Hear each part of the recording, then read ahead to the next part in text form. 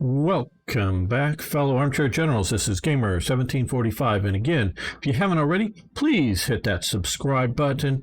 And you don't know how important it also is to share the video.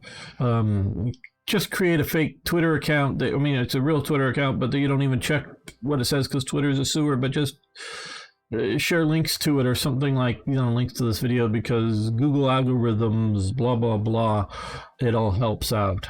So if even just a few of you do that for me, it would really help out the channel, the videos, everything. So thank you if you would. And of course, just giving a like to the video as well. Okay, now I'm still in a bit of a muddle, still mulling over the idea of a role-playing narrative through the game, a bit less of a explanation of why I'm. I guess to give history, and this is all sort of in the muddle here. I started out with the whole YouTube thing was just to sort of make it. I didn't think I was going to become a YouTuber. I thought I was going to get a few hundred views on the first few videos, and that was going to be it. Just as sort of a promotional thing for my mod, and explain my mod and explain the events and whatnot, and why I made them and what's going on with history. So it was a very explanatory, very historically based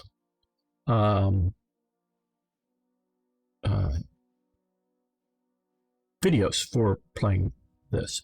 So what I am thinking, though, doing more of is when I come across a topic that I want to do more on, like the Horseback Memorandum or the Bloomberg-Fritsch affair, or like I just did prior to this video, Austria, in the interwar years, that to sort of make a note to myself and maybe make a statement in the video that I'm going to prepare and make a longer talk about it. Not that I'm not going to digress once in a while in videos, because as beyond just a quick explanation of what and why I'm doing it and what about the events or things like that. But if I really want to do a deeper dive, just create special videos. I'm thinking about that as sort of a compromise here. So yeah, if you want to know, you want to deep dive into Austria, check that video out. Now, I was also asked just about these names again, and I know I sort of talked about it before. What you do here, and it's part of Black Ice. It was originally a separate mod, but it's been rolled into here and improved. What you go in here and you look for historical battle plan, current historical, find BICE GEO, so you can see that. Get that selected, and once it's selected, you can turn them on and turn it off here. So it's just really sort of a battle plan that's been overlaid over the game, and you can see it has like North Sea, Baltic Sea. Originally, it was very much focused around Europe, and it has increased some. Well, yeah, you got the Yangtze here, a little bit, but it really hasn't been done well. The original guy, of course, is European, and that's sort of where his focus was, and setting up, I believe he was European. Okay. So I don't think I'm going to try to do a narrative this episode. I think a narrative to really work, I've got to chop out this bit, and then just you're supposed to pop up and pause, and then just leave in the actual doing things. But that's a combination of me going. It's going to take longer to do the edits, just me doing the edits, I think, than it is to make the video. See, this is the thing. It's going to take longer for me to do the edits than it is going to make the video. And then it's going to take processing power for my computer to sit there to render out the videos after I've made the edits. And that's all going to take a lot of time. And I just don't know how worth it is. Now, if I got 10 times the numbers of views, if I edit it, then it's absolutely worth it. And I could just make one video every other day, 10 times the views, that would be worth it. But to do the sort of current activity level on everywhere, I can't really do all of it in a practical sense. So I don't know. Now I can always do a little editing. That little editing is not unheard of within. Okay, divisional command structure. I know we sort of looked at this. Here, okay. We'll leave that go. It's 1935. And yes, I will be coming up with a reorganization. Special, at least one, because we need to deploy all those units, reorganize the Air Force, reorganize the Navy, and of course the Army. After doing that, rationalize it, and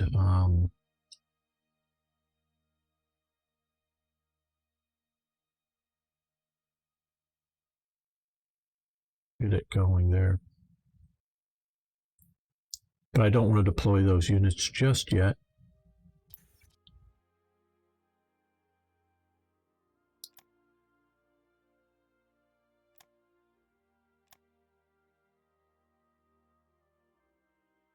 And I don't want to make a lot of them.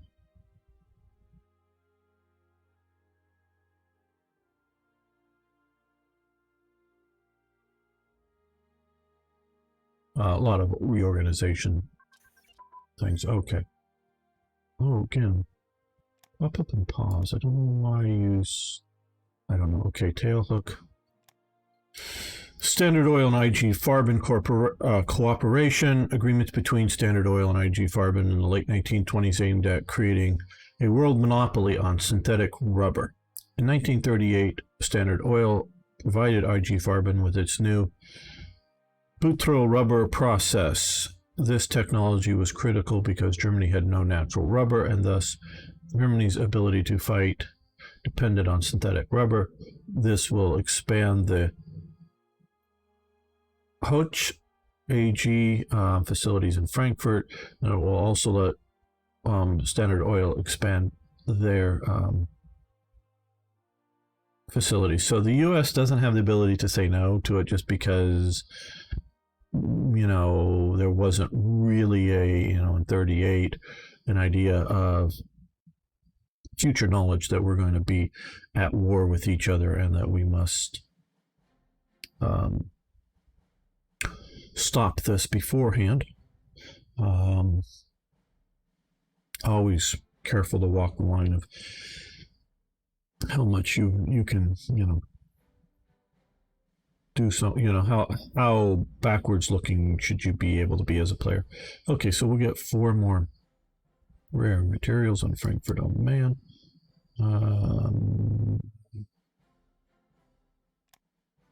Here we go. So that will come in. Coal mine.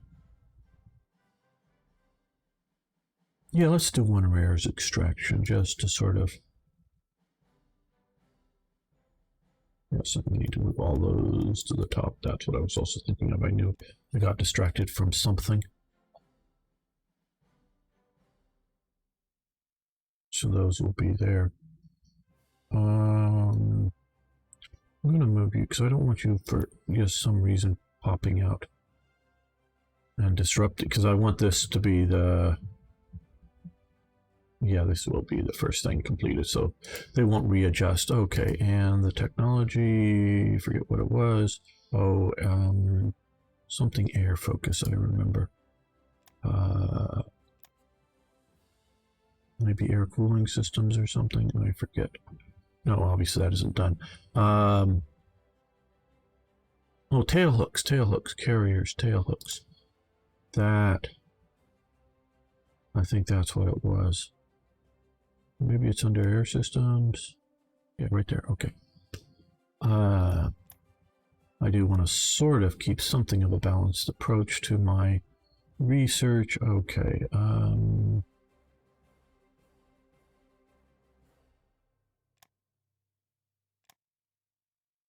And we would give them fuel for money, sure thing.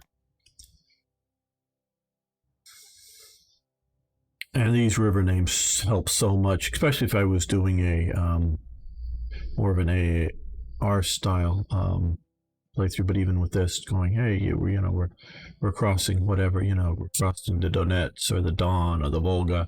Some of the rivers I do sort of know, but others, here's Volga. Here's Volga, here's Volga. It's all the same river basically here, so, but trying to keep all that track. And to know that I did not know that this was the Oka that leads into the Volga here. Gorky. Okay, so yeah, having these names. Obviously, at least I know the Baltic and the North Sea and the English Channel. And some of those names such as that without having to look it up, but still it's nice. Okay. The RKB is also calling. The Reich Colonial Bond must teach all Germans of our legacy in Africa. Just more of an informational event for Tanganyika.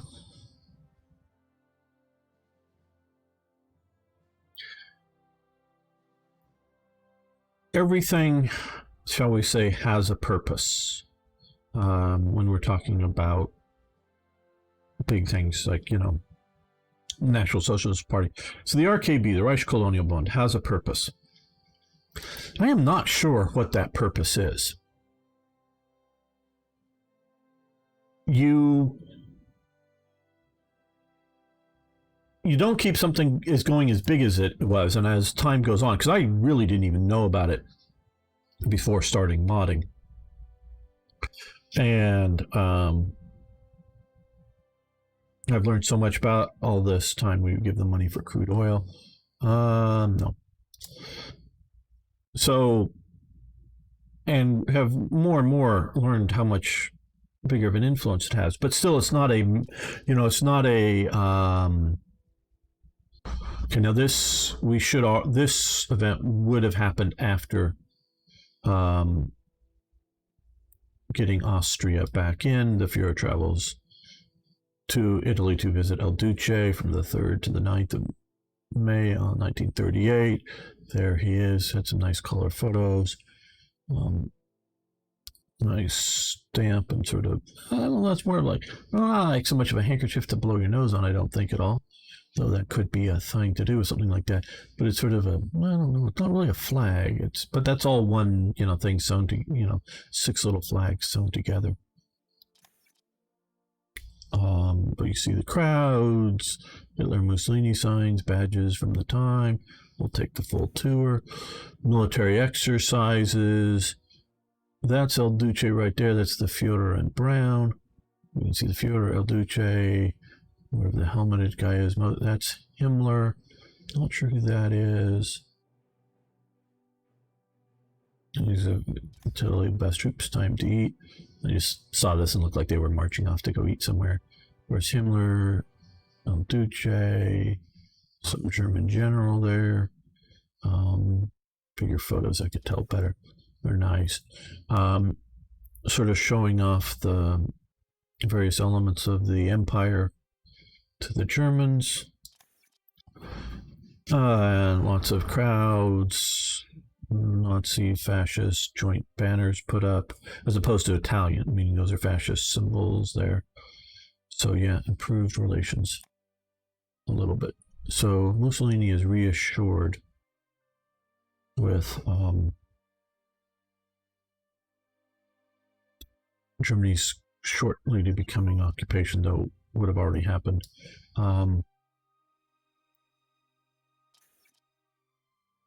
Of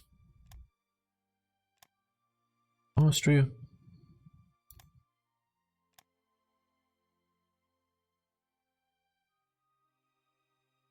And so over time, the RKB, the Reich Colonial Bund, it's bigger and bigger impact, but it's not like a huge impact. It's like, I don't know, let's go compared to something like the DAF or other major programs. The National Socialist, basically the DAF is the National Socialist National Labor Union Organization. A way for workers to air their grievances, but they would never strike. Or anything like that. Okay, let's see. minor research, so something gets a little boost. Let's look here, make sure we haven't pushed something into the red that we want to stop. Okay. But so its purpose.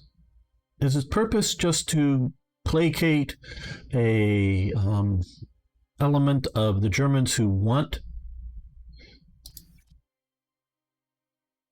colonial empire and just keep them happy, keep them quiet, keep them happy? Or is it but they don't really mean it?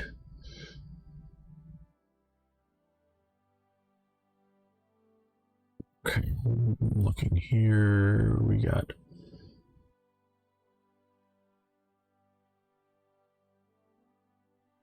well, we're going to get Austria coming in soon.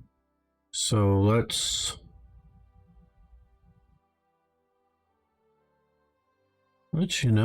build, well, what do we want to build? Not used to that. It's somewhat new to me. What is this? Just militia, but I was wondering, oh, reserve R? I don't know.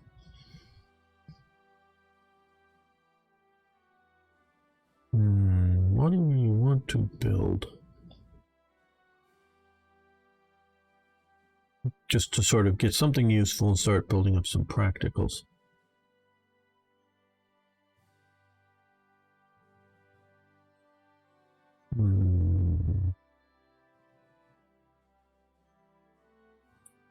Okay, well,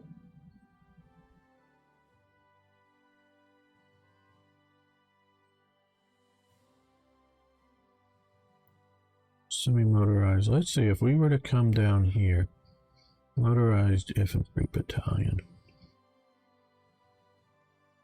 We were doing a Motorized Infantry Battalion. This, I'm thinking a fairly light motorized support.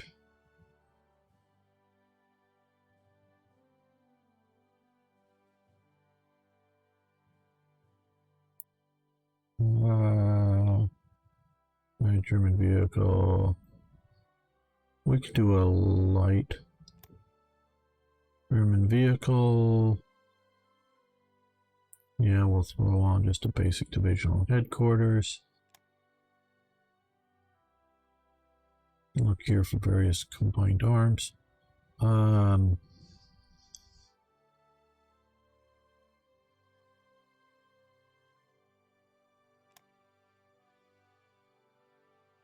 What's our current speed? 5.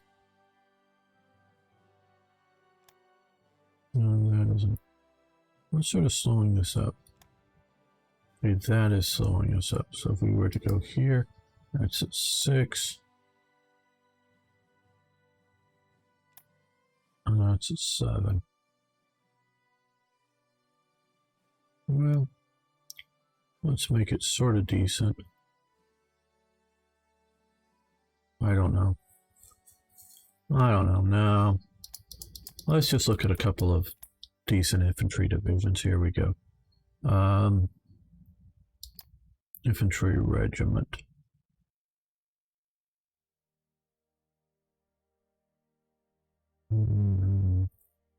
Medium artillery.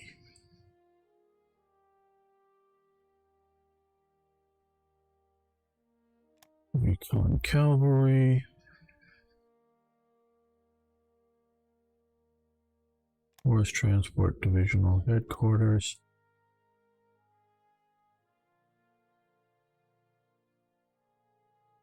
I think we'll just do a mixed support.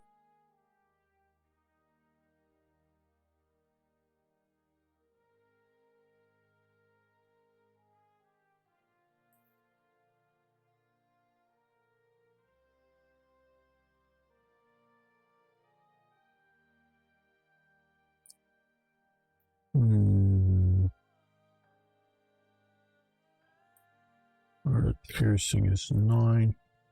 We're to go with an anti-tank. Just a little bit more. We jump up to 24. Okay.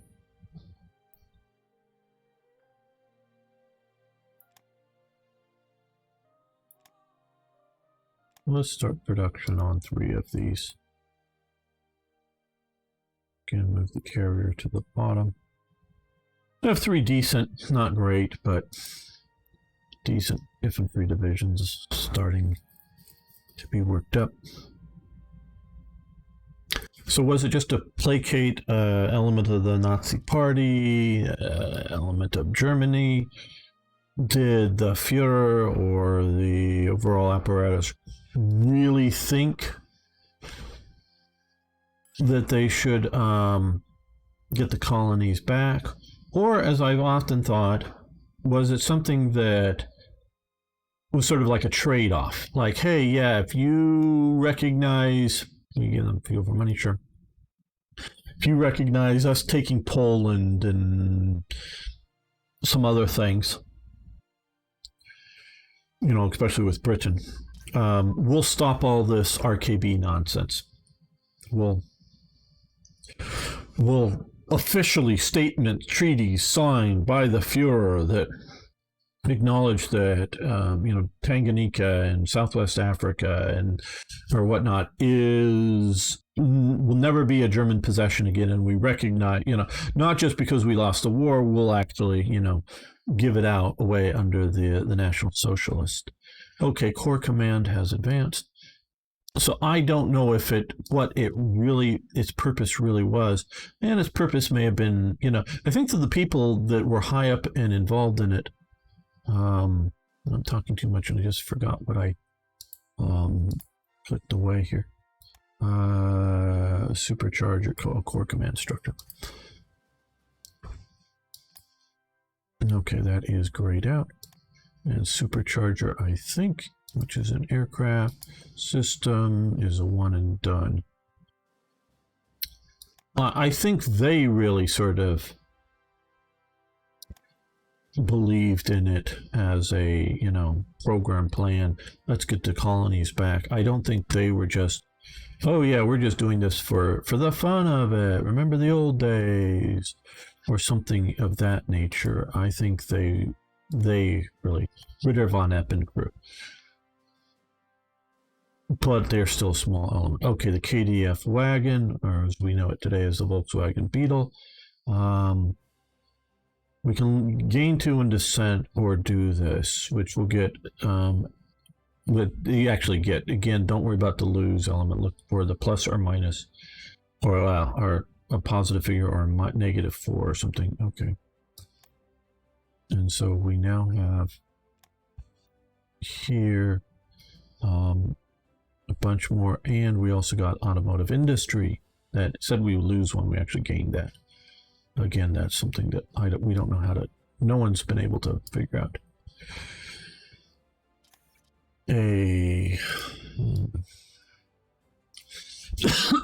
Excuse me.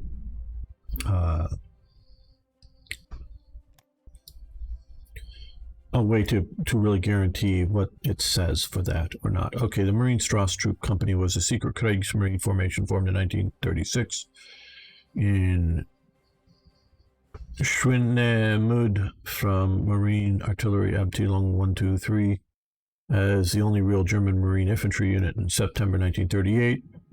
A reinforced platoon led by Lieutenant Walter Schug embarked on the German battleship Deutschland, headed for Spain, where it blew up a Republican radio station on the island of Ibiza. In March 1938, MSK was among the German forces occupying Memeland up here. Interesting. On the 24th of August 1939, a 230-man strong MSK embarked on the German minesweeper M1 in Memel and was transferred to the SMS Schleswig-Holstein in preparation for the invasion of Poland. In the early hours of September 1, 1939, MSK disembarked in Schleswig-Holstein in order to attack the Polish fortress at Westplot in the Danzig corridor. Okay, I really don't know much about this, and Ibiza is, I think that's Menorca. There, this one. Okay.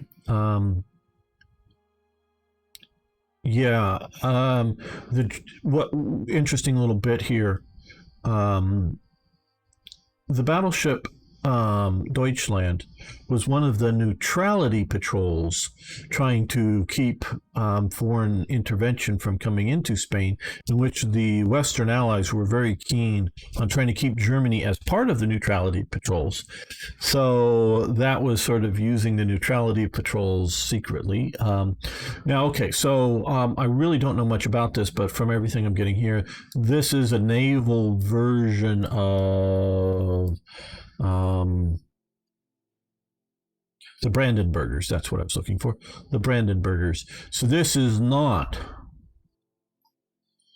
a Marine Corps in style or particularly scale of either the Royal Marines or the particularly the United States Marines, or even the sort of large-scale Japanese naval landing infantry, but those are naval landing infantry, meaning they're naval personnel that are soldiers, not army soldiers for landing, but naval soldiers for landing that Japan had. This is a smaller, but a real force, it looks like. Okay, we get Marines lost troop. Did that just appear up there or something? Or is it? Yep. There it is. There we go. So we have here, so this is a small, right here, 300, and most of the numbers were like 100 or 250 or whatever in that thing. So that's cool. And no, this won't have, to the best of my knowledge at least, something special for naval landing other than what the commandos would normally have. Okay, so because we got that effect from the KDF wagon, I sort of went in and created that event. Did I overplay the development of the KDF wagon for Germany in the war effort to giving it an automobile industry effect here? I don't know. Maybe. Now realize it's not just this one plant, because we're also looking at Mercedes and or what becomes BMW. BMW and then Auto Union are all making vehicles. Okay, cars and trucks. They're already doing all of that. So it's sort of all of that plus this that is being set up now. And realize basically the Kubo wagon is just a different body on a Beetle. It's, correct me if I'm wrong, but my understanding, it's the same engine, same transmission, same basic frame. It's just, okay, instead of a rounded, somewhat aerodynamic for the time, civilian body, we're putting on a square, blocky utility body for, the wilds, putting on fatter tires on it. And hey, if it gets stuck, well, it's light and small. We can, push and unstick it, as opposed to like four-wheel drive. Now, four-wheel drive can get stuck, especially in some of the Russian shit. It would have gotten stuck. Okay. But this helps out. Well, it hurts the metal a little bit, but because of everything we're doing, we've been ramping up metal production. But it helps armor build speed. So that may be an over push on that. I don't know. Because I sort of look at it as cumulative effects. And so basically the KDF wagon comes on to operation about the time the war starts, and it just all gets, there's a few, I don't know if they're pre-production or early production, they're beyond prototype, but handfuls of, bugs made before the war starts out, but it just all gets shifted over to being Kubo wagons. Okay, artillery unit training advance. And I couldn't easily tell, I don't know, tell some of those stories.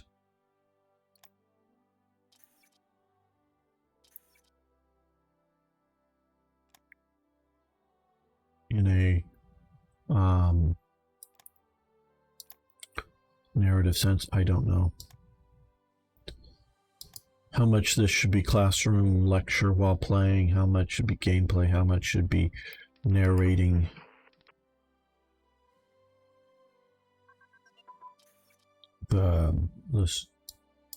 What's going on in a storytelling fashion. Okay, machine gun focus. I believe that is here. Yes. Okay. So we'll stop that. We're not yet really ready to do 1939 technologies generally. We could, but still sort of early in 38, and there's a lot of 38s to still do that we're not even doing yet.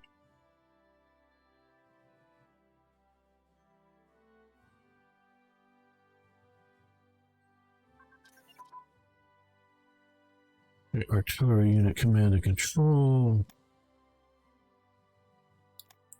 It's another recon. Very good. Okay, diplomatic reports are diplomatic service reports that Czechoslovakia, after they have received reports of some of our preparations for Falgarun, have begun a partial mobilization, one-year reservists and members of the technical and special units to protect municipal elections out of fear of possible incidences during the elections. Interesting. So they feel threatened by Germany. They're holding elections and they need to secure voting places and such from possible German interference. Now, you got to realize there was, I don't know if they would be seen as a single activity by the Germans or multiple activities. There were Freikorps, which were sort of Sudetens, German men, coming across the border into Germany that were getting military training.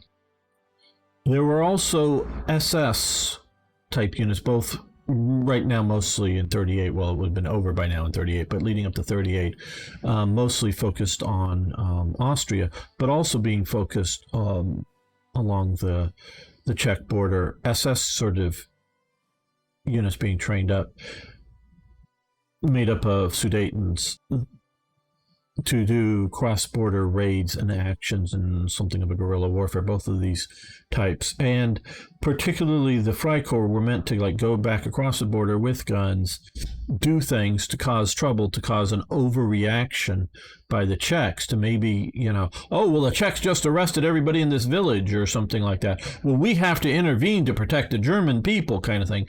And so, and if they're caught or killed, because as some of them would likely be if they really, they were doing actions, but they were really mostly at really minor pinpricks as far as I know, but there were real actions. People were being killed in them. They were happening, but the Germans were looking at ramping it up. Now, to the point that when they actually take it over, the SA units that are formed in the Sudetenland are much more militarized than most SA units.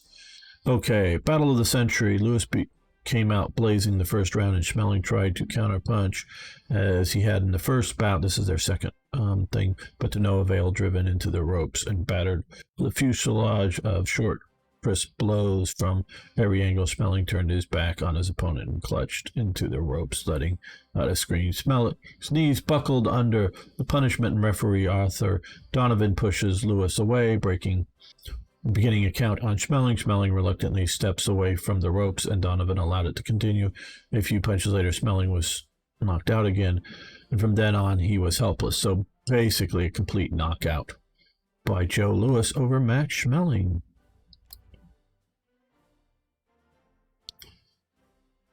And remember, the first match,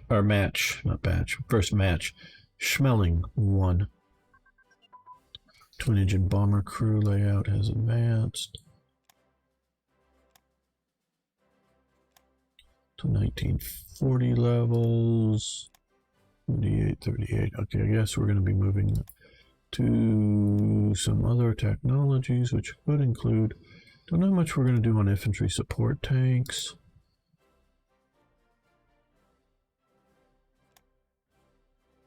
Oh, well, hey, we should be doing anti-tank weapons.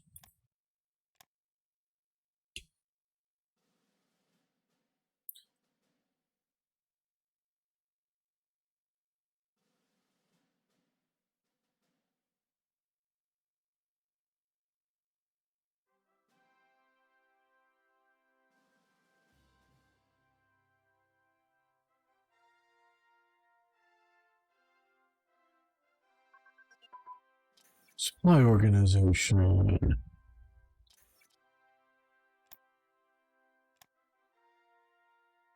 There we go.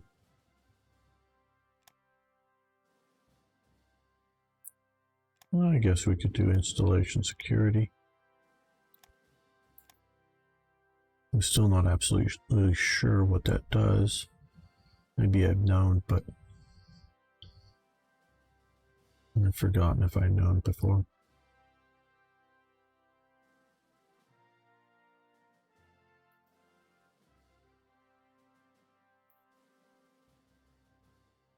Okay, come on, Austrian event. There's some sort of event in Austria that's waiting to fire that will hopefully allow. I don't know why it isn't, because originally it happened in March of 38, and this is all the way into end of May, basically. Gun turrets have advanced, very nice. I think we're over-researching, yeah, so we'll stop that, okay. West Wall Lime's program, bunkers had a ceiling and walls of 1.5 meters thick, total of 3,471 Type 10 bunkers were built along the entire Siegfried line. So here we go, secure our borders. This is, now we've started this before, you had the choice of whether you want to do it or not. So until June of this year, you're going to lose 8% of your ICs. These aren't free.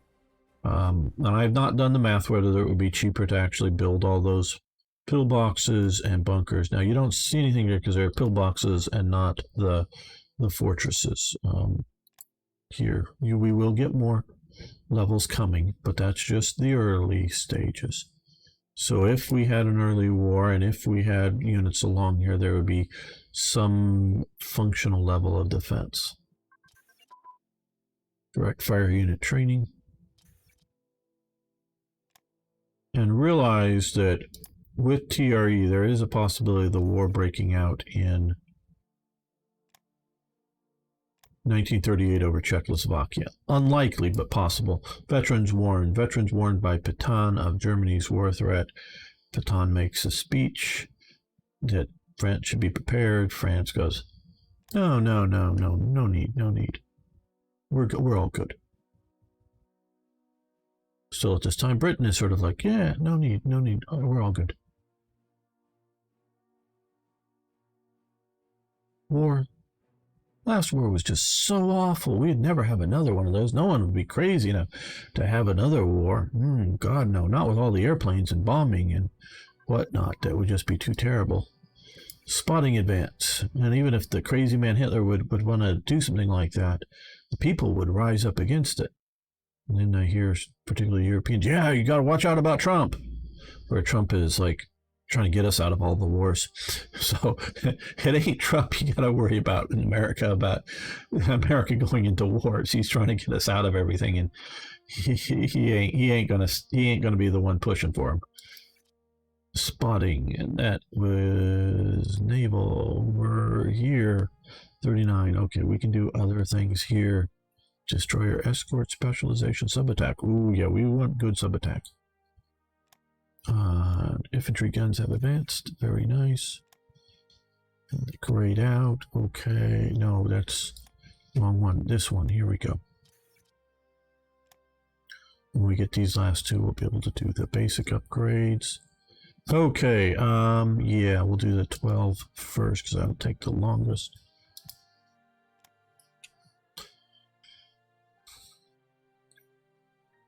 So whether you like it or not, on Afghanistan, I think if we were to ignore it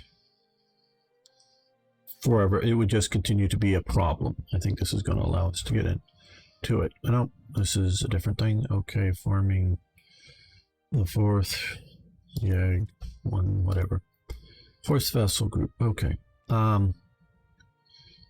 So if we were to just ignore it, pull it out entirely, I could talk some other time about some of our major mistakes just in Afghanistan that we've made that are serious. But if we were entirely pull out, it would be a bad thing. Now, do I want us to keep a lot of troops in there? No. What I think would be best, no, I'm not talking Syria, I'm not talking Iraq, I'm talking just Afghanistan for the moment, is if the U.S. keeps the Bagram Air Base, keeps enough forces in there to protect the Bagram Air Base under U.S./Allied, but not Afghan, but whether it's British helping us out, Australian, Lithuanian, sending in a battalion for 6 months or something, and it's good training for a country like Lithuania to send in a volunteer battalion to help secure an air base, train up, joint training, that kind of stuff does help out. Rotate maybe some allies through just as a protective measure for that air base, and then keep or have some level of operations of special forces, whether it's Delta Force, the SEALs, the Green Berets, whatever it is. Keep some special forces in there to be able to do raids when we think we need to, whatever that means. And then pick sides in local conflicts within Afghanistan, as opposed to trying to be the peacemaker or the honest broker between everybody, but pick sides. Who in a local conflict, who do we think is better for American interests? Not who's the better guy, who's more honorable, maybe the scummiest guy, but who is most useful to American, because that's my perspective, or Western interests, and support them in conflicts, with airstrikes and whatever. And so, like, if we start finding out through and keep intelligence elements going in there, and if we find out that ISIS or Al Qaeda or whoever has a training base or whatever, or a high value target there, we do an airstrike. We go home, go back to the air base. Just have an air base there that's protected, with, may have some artillery, guns there to shoot back at mortar positions or whatever, have a secure airbase there to keep our footprint small, to keep the amount of logistics and the expense relatively small. It'd be a very expensive airbase because you got to mostly fly everything in. But yeah, keep it just limited to that. I think we should stay in Afghanistan like that. It's sort of like us staying in Korea and Germany, though Korea and Germany, of course, are functionally at peace. So as opposed to staying in a war zone, but staying in a protected air base in Afghanistan. So where Trump is like out, I'm more like, yeah, it would be nice to be out, but there's reasons, good ones, to support. I don't know if you want to call them friends or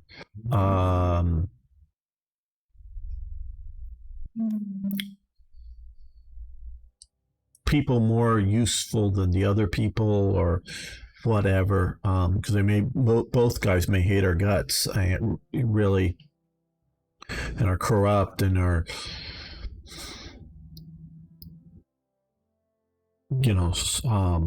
growing and selling drugs. Okay, Manchurian Aviation Company, I found this rather interesting. The Manchurian Aviation Company would like to set up a long-distance route between, I guess, Helsinki, I don't know how hard you do the H, in Berlin. They would also like to purchase some Junkers Ju-86Z1 transports. That's one of them pictured there.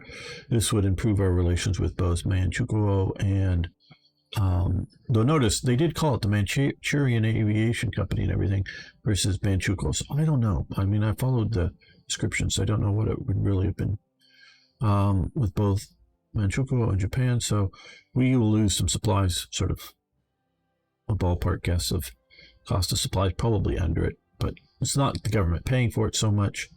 For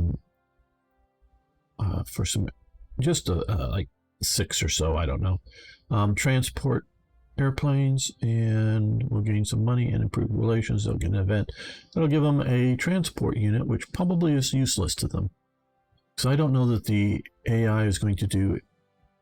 And they were used. I don't know if any of them were actually sort of converted over to bombers, but they were used as liaison craft, supply transports, critical needs. So I don't know if the Manchuria will use that effectively, but they get some. Okay, steel armor casting ability advances. Again, casting steel armor is a greater technological leap than just casting. And casting itself, okay, we're going to do motorized support units now, is something also a technology developing element.